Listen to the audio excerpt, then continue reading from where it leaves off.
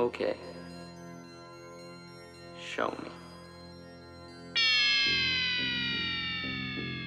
Hi there guys, welcome back to the Dutch CC channel. Thank you very much for tuning in, and I has me a box. Yeah, and it's a box from Diatone this time. Yes sir. And well, in my mind it's never a bad day when you get a box from Diatone in. So this box contains a 2019 model. Yeah. I did me some time traveling, and voila, I've got a next year's model here. It is already available, by the way, and I'll have links in the description both to Diatone itself. You can order it from Diatone itself and from Banggood. And what is this? This is a 3-inch quadcopter, as you'll see, and it has a Runcam camera and a Runcam VTX. It is, by the way, also available with a TBS Unify VTX video transmitter. There will be links to both versions in the description of this video. But as you can see, I went for the Runcam TX200U VTX. Okay, that's the box. Let's have a look at the quadcopter itself. Here we go. Et voila! A brand new 3-inch quadcopter from Diatone. Now, if you follow Diatone on Facebook, you probably know that they are pretty active on social media. And when I first saw pictures of this model, also the smaller versions of this 3-inch quad, I thought, well, that's a elegant looking quadcopter. Personal taste, of course, but yeah. And I also like the hybrid thing of the frame. Carbon fiber arms, of course, and a bottom plate, but with this plastic top piece. And that is actually available in 3 colors: black, white, and the transparent, as I have it here. Camera protection fingers, if you will, over here. Very, very nice. And the frame is a one-piece frame, as you can hopefully see. 3mm thick arms, and ooh, there's no flex in them at all. Okay, cool. And you might think, well, a one-piece frame, if you break one arm, then you'll have to replace the entire frame. Yes, that is of course true, but on 3-inch quadcopters I definitely prefer a one-piece setup. Yeah, it can be convenient to be able to replace just one arm, of course, I know. That's why I do prefer separate arms on my 5-inch quadcopters. But on a 3-inch, the extra weight of extra plates and screws and such, I just don't want that. This makes the frame a lot lighter, which is what you want. And every gram counts in a 3-inch quad, right? So again, I like this setup. It also makes, again, for a enormously stiff frame. Enormously. Yeah. They definitely didn't skimp on the quality of the carbon fiber. The arms are narrow, as you see on all modern quads. All, well, most modern quads. But, well, they are 3mm thick. And yeah, maybe I would have liked to see 3.5mm. But yeah, okay, so if it would have been 3.5mm, but then have it be a lesser quality of carbon fiber, it's a bit of a wash. This frame does feel very sturdy. Now, about that plastic top piece, I've actually seen someone race a quad like this indoors in a parking garage, and he, well, in racing you obviously crash, right? And he crashed it a couple of times into pillars and walls and nothing. This plastic, does it have give? Yeah, a little bit, which is probably a very good thing. So it won't shatter on impact. But, well, I also like the looks of it. I went for the transparent one, but again, it's also available in white and black. Black would probably look most menacing. The white one will probably be the easiest to find if you crash it in a grassy field. So yeah, maybe I'll also get me a white canopy. At this moment I haven't seen those canopies be available separately, but you can order the frame with canopy obviously separately, and those are approximately 30 euros, I think. $30? I'm not sure, you'll have to look it up. Not super expensive and not super cheap. For a quality carbon fiber frame I think it's a fair price. Now obviously you can have a look at the specifications of these quadcopters at the product pages, so I won't waste your time going over them again. A few things however that stood out to me. It has a Runcam micro swift camera at the front. I like those cameras, so that's nice. However, it's green. And well, if you are familiar with Runcam cameras, especially the Swift cameras, a green micro swift? Yeah, that's a bit weird. Maybe Diatone just ordered a batch of green ones from Runcam. That's perfectly possible. Diatone is a big enough company to be able to do that, so green camera. We'll see how it works out, but I expect that to be a nice FPV camera.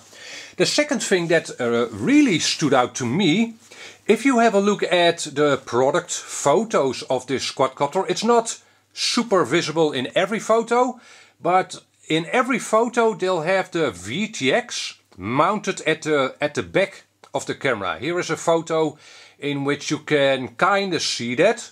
That is an intended way of mounting the VTX to this camera.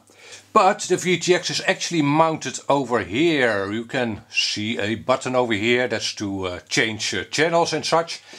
But well, I guess they changed this because the angle of the FPV camera was limited if you mount the VTX at the back of the camera. So yeah, I guess that's the reason. I don't know, but I guess that's why. Also, this button on the VTX is a bit more accessible this way. Maybe they did that because of that. Could very well be. Okay, so I did add a receiver myself, a XM Plus receiver, FrSky XM Plus. It is mounted on top of the VTX over here. You can probably not see it. It's completely covered by this plastic piece over here. But well, you can see the antenna, of course. I added that myself. It doesn't come as a bind and fly model, this Diatone. Okay, in the center we have a 25 amp ESC ×4, of course, a 4-in-1. A F4 flight controller with all the bells and whistles, OSD, smart audio and such. And in my case, on top over here, we find a Runcam TX200U. So that means 200 milliwatt maximum, but it does have smart audio. For me, 200 milliwatt is enough for a 3-inch racer.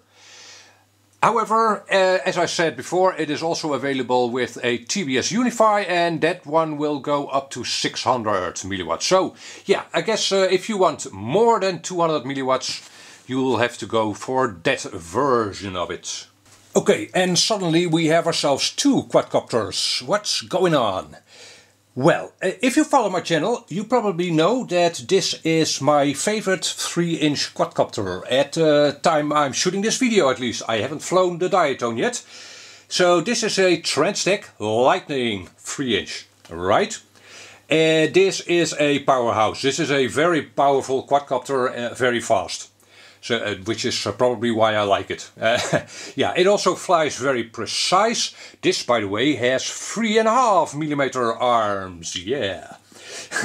Okay, so this quadcopter has 1407 motors, brushless of course.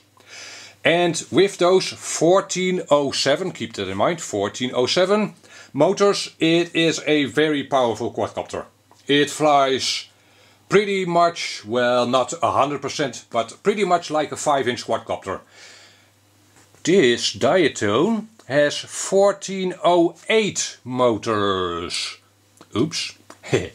So again, 1407, 1408. And this is already a very powerful quadcopter.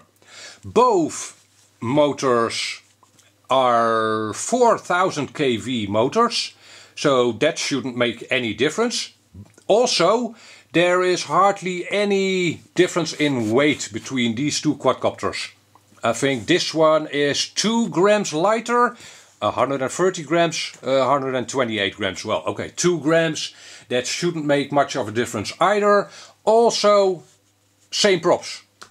These are Gemfan Flash 3052s, and the Diatone also comes with those propellers. So yeah, with that I have very high hopes for this Diatone quadcopter. The ESCs are a bit more powerful on the Diatone. 25 amp, 20 amp. So again, I am expecting this Diatone to be a monster. Nothing short of a monster. Which is, which is cool, of course. Now, here is something you will definitely not see on the product pages. This Transect Lightning is a stretched X, as you can tell. So it is longer than it is wide, right? Now, you might be familiar with the AGLRC XJB145, a very popular quadcopter, and that is also a stretched X. Pretty much the same geometry as this Transect Lightning. However, if we take a look at this new Diatone, pretty different, right? This is actually, well, it's also kind of a stretched X, but in width. So this one is wider than it is long. So yeah, I'm looking forward to seeing how that works out. Yeah, this is a racer in my mind. You can obviously fly it freestyle, obviously, but yeah, I would have expected a stretched X geometry for this quadcopter.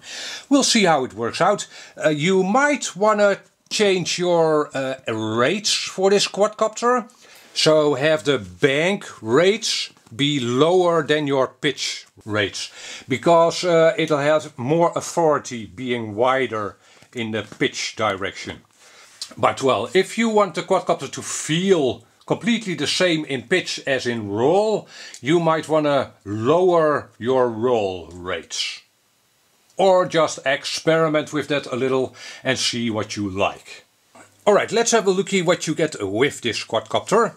You get one battery strap that's already installed, but you also get a spare one with buckle, and I like that.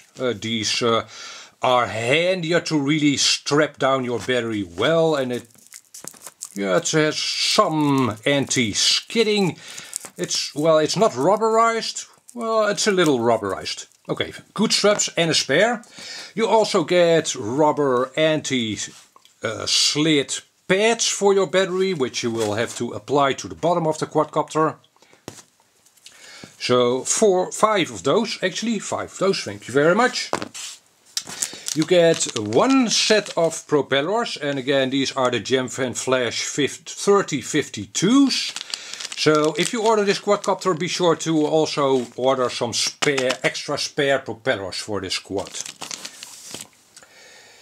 You get a set of spare screws, and from the looks of it, basically, well, one set of spares for every kind of screw that's already on the quad. That's actually luxurious, thank you very much.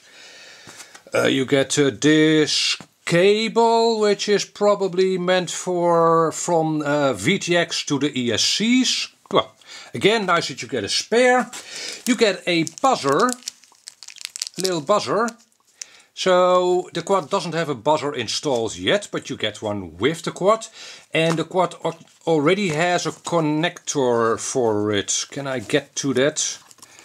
There, over here. Might be hard to see, but here is a little connector which you can hook up to that buzzer.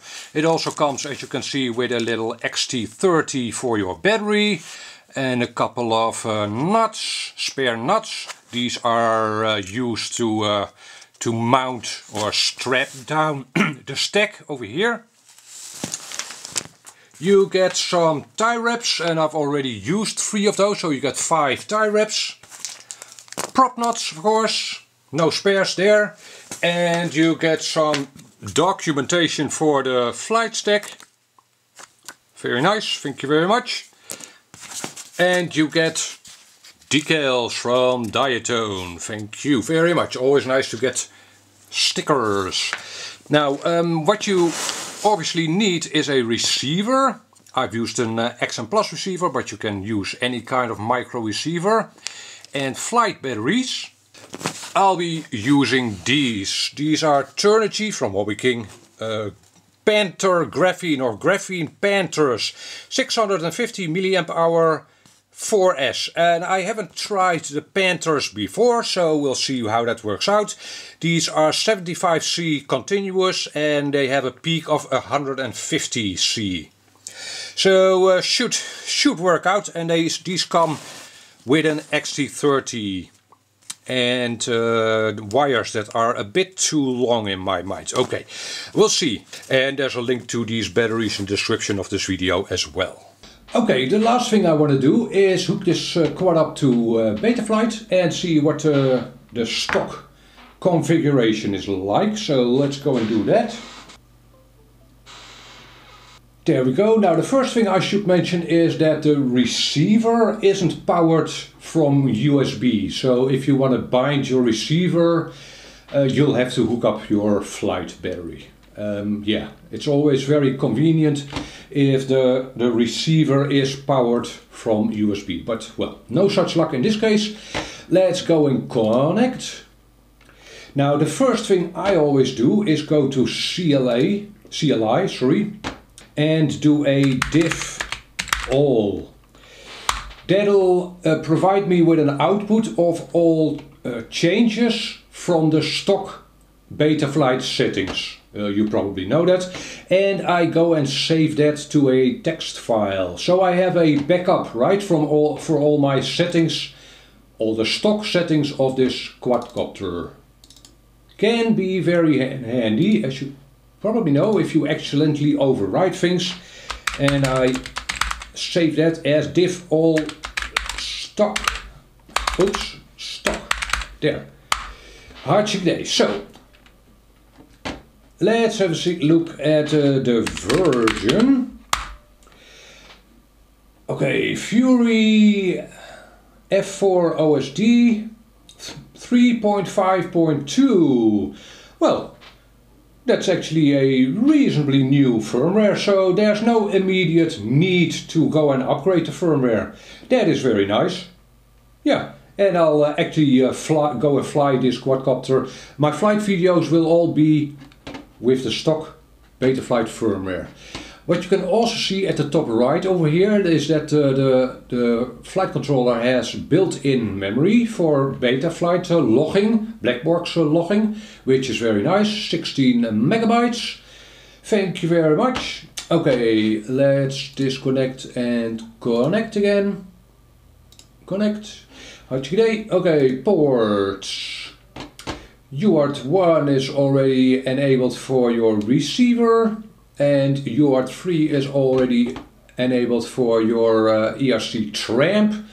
That Runcam VTX uses the tramp protocol, so that's already set up, ready to go. Thank you. Configuration. D-Shot 600. Okay. Now here is something I've changed myself. The default gyro uplift frequency was already set to 8K, but the pit loop was at 2K, and I've set that to 8K. Won't make much of a difference, but as you can see at the bottom over here, the processor load is now hovering around 10%, so the processor is well able to run a pit loop of 8K. Right? So I'm gonna do that, and let me see. Diatone, the maximum arm angle 60 degrees. Yeah, okay. The receiver protocol was already set to S-Bus, thank you. And air mode, I think I have enabled air mode myself, I'm not completely sure. Anti-gravity was already on, OSD obviously, and dynamic filtering was already on. And let me see, that's it for the configuration. Power and battery, I have bumped up the maximum cell voltage a little. It was at 4.3. I've changed it to 4.4 because I sometimes use high voltage lipos. The rest is unchanged over here. Pit tuning, and let me see. Yeah, from the looks of it, this isn't a stock beta tune, so they have definitely done some tuning for this quadcopter, which is common for Diatone quadcopters. Thank you very much. That's a good thing, of course. What I did do is change the rates. I have upped the rates a bit, and the rest is all pretty much stock. Okay, receiver, well, okay, there's no real settings over there, of course. Modes, there were no modes predefined, so I've entered these modes myself. And yeah, so you'll have to enter modes in this screen that to your liking. And OSD, yeah, I've changed the OSD around there. They definitely change up the OSD quite a bit, Diatone. And I've changed it to something else, as you can see. Alright, and that is basically it. That's a beta, and I'm obviously happy that the version they have stock on these quadcopters is pretty modern, pretty new. That's a good thing, of course. Thank you. So, ladies and gentlemen, that concludes our first look at this 2019 model from Diatone, a 3-inch GT R349 Rabbit. Rabbit? Yeah. I don't know what that's about, but well, that's its official name. I am anxious to go and fly it, of course. At the moment the weather is a bit, leaves a bit to be desired, so to speak. But I hope to be able to show you some flight footage with this quadcopter in the very near future. Until then, thank you very much for tuning in and catch you on the next video. Bye bye.